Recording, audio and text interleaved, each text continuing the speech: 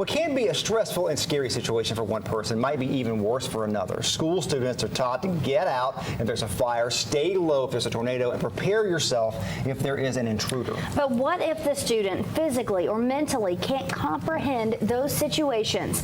Sydney Edwards spoke with a few Hamilton County teachers on how they train their students with disabilities to react in situations like that. Sydney. Latricia, they might seem like easy concepts to you. Run, hide, take cover, but a student in a wheelchair can't run, and a child with autism might not understand why they're hiding.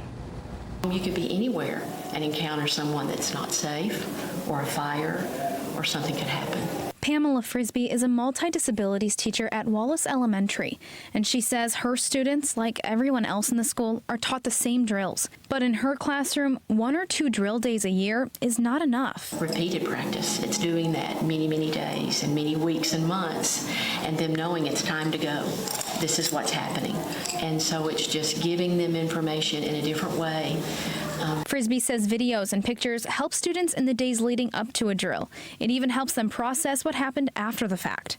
Michael Jackson works at Hunter Middle School and says it's tough for a student with disabilities to understand why they need to do what they're being told.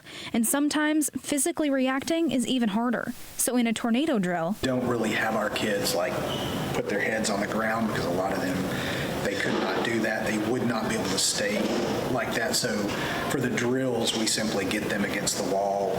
With the heightened stress, Jackson says a student could become violent or refuse to listen. You know, for your sensory kids who don't like the loud noise, being like, it's going to be okay, this is what you do with your hands. Sometimes putting headphones on, sometimes giving an iPad or something to distract them from the noises. But a distraction might not be enough for the student to stay quiet and stay hidden. And if we feel that we're put in a position where we've got to make a subjective call as to whether to stay in or to head to the woods, we will have to do that.